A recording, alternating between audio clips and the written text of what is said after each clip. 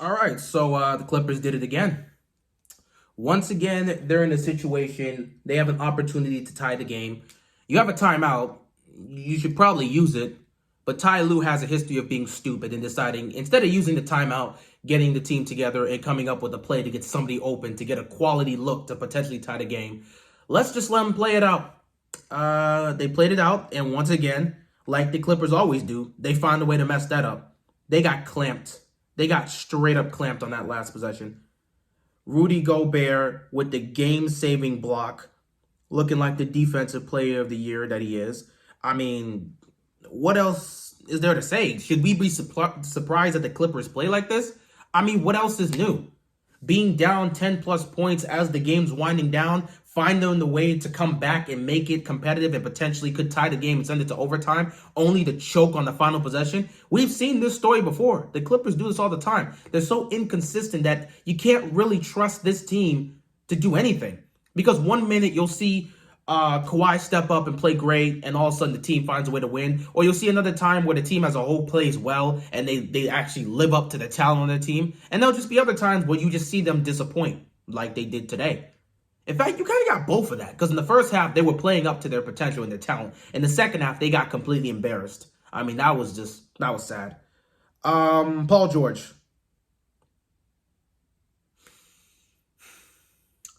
Paul George. Playoff P. Pandemic P. Pathetic P. Whatever you want to call this guy. Whatever you want to call this guy. 4 of 17 shooting. He couldn't guard a soul out there. He was useless. I don't care about the 20 points. I don't. He was useless out there for most of this game. He was basically out there running cardio. What was he out there doing? Did you see him stop anybody defensively? He was getting cooked by everybody who was guarding him.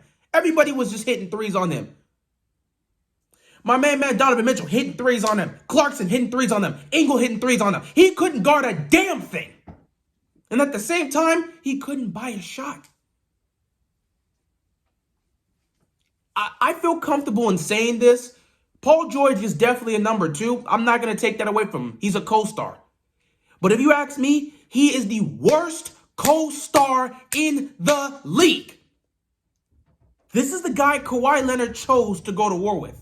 This guy. Really? Down the stretch, you trust this guy in big games? Are you serious? Are you serious?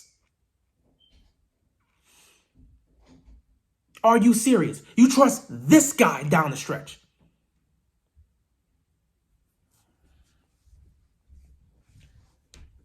It was painful watching Paul George play basketball today. It was painful. Because he had moments where he could have passed the ball, tried to set somebody up. He couldn't do that. There were shots that he was wide open. Couldn't hit him. There were moments where you think he's going to guard his guy. Getting cooked. I mean, Paul George was essentially useless. He made some plays down the stretch at the end of this game. Good on him for doing that. He should have been doing that the whole game, but he made some plays, so I'll give him some credit for that. But that doesn't erase the fact that he played terrible in this game. You can't trust this guy. You cannot trust this guy.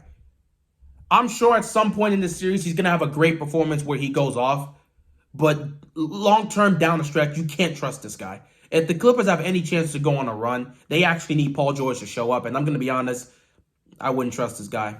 I wouldn't put any trust and faith in this guy actually being able to show up consistently, because he just doesn't in the playoffs. I don't know what it is about Utah that makes Paul George piss himself, but Utah just seems to have this number. Joe Ingles outplayed him again. Matter of fact, he was so bad today. Luke Kennard was more effective than him. So I don't know what to tell you. Kawhi Leonard. I don't really have much to say about Kawhi Leonard. Kawhi Leonard didn't play terrible. He missed some shots that he really should have hit.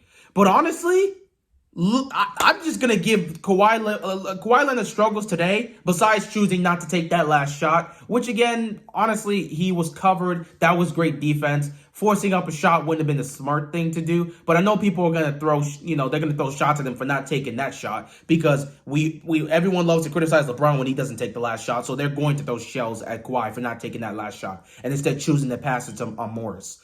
But other than that, yeah, Kawhi today really was bad and struggling because of the Jazz's defense. And this is what we need to give credit to the Utah Jazz. Their defense in the second half was something special, but their defense on Kawhi Leonard was very special. They came into game one and said, you know what? We don't care about Paul George. We don't care about Marcus Morris. We don't care about Reggie Jackson. Oh, Reggie Jackson. It was not a good day for him. He fouled out the game. Oh, God, Reggie Jackson. Oh my God. But yeah, we don't care about Reggie Jackson. We don't care about Rondo. We don't care about none of those guys. We're fine defending them one-on-one. We're fine even giving them open looks at times. But you, Kawhi Leonard, we're going to double team you. We're going to force that ball out of your hands. You will not be the reason we lose. You are not going to beat us. They made that decision, and it came out and it worked well for them in this game because Kawhi Leonard couldn't go off. They were trapping him. They were double teaming him. All he could do was get the ball out of his hands. He was 9 of 19 today. He had 23 points. Cool for that, but he was 9 of 19. They made sure Kawhi Leonard was not the reason they lost this. They were going to lose this game, which is a big credit to why they won this game in the first place. Another big credit as to why they won. My main man, Donovan Mitchell. 45 points.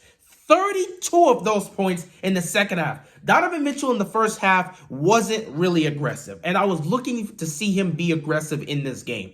First half, he wasn't aggressive. And honestly, let's actually really get into the game. First half, the Clippers came out with the same intensity they came out with in Game 7, and they were playing that way. Team was shooting well. Despite the fact that Kawhi Leonard and Paul George were in foul trouble early on, the team was shooting well. Luke Kennard was hitting shots. You were getting shots from Reggie Jackson. You were getting shots from Marcus Morris. Even Boogie Cousins came in and was giving you some plays. Though the refs did hoe him because he got 3 fouls in 4 minutes.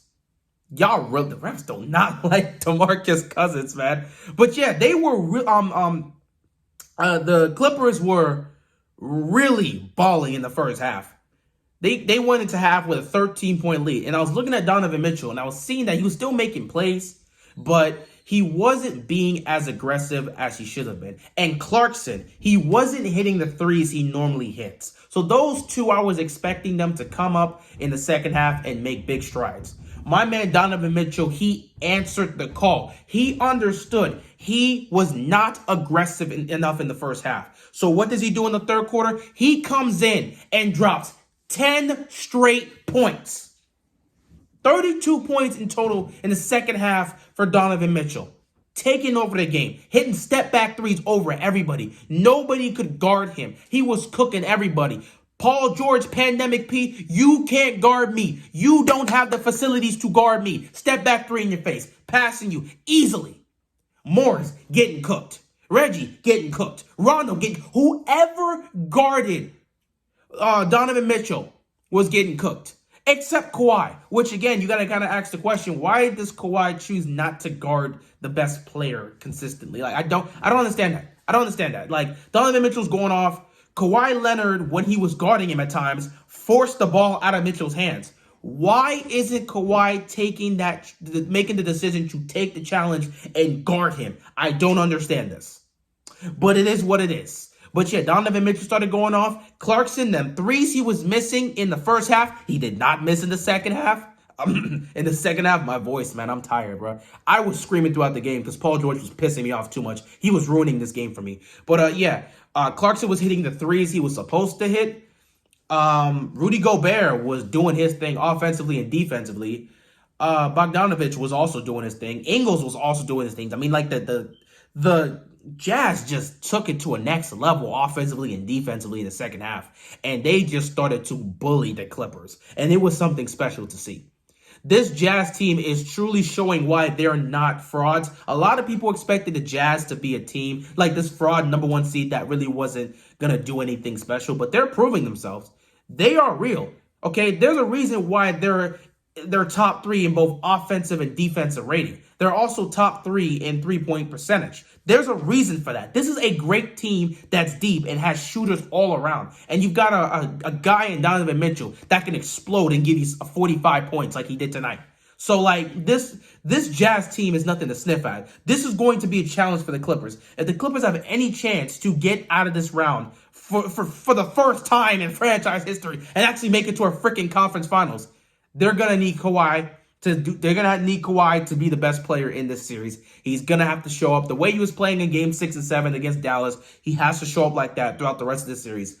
And honestly, you're gonna have the other guys. You're going to really need the other guys to show up. First of all, I lost faith in Paul George a long time ago, but I have lost any bit of faith I could have potentially gained for Paul George. It's gone now. I don't trust this dude. Anytime he has a basketball in his hands, I'm just praying he doesn't do something stupid like turn the ball over or jack up a 3 that's going to be badly missed. I don't know what this guy's going to do with the basketball. I do not trust Paul George, especially in the playoffs. I don't know what he's going to do. If it's a regular season game, he can pull up from 3. He can pull up from half court. I don't care. He'll hit it. But postseason, no. I don't want the ball in this guy's hands because I don't trust him. I cannot trust this man. So Kawhi is going to have to play like the best player on the planet, like the same way he was playing in Game 6 and 7. He's going to have to be a menace in order for these guys to really find a way to get out of the series and get to the conference finals because this Jazz team is nothing to sniff at. So shout out to Donovan Mitchell, my main man. That's my guy, man. That is my guy.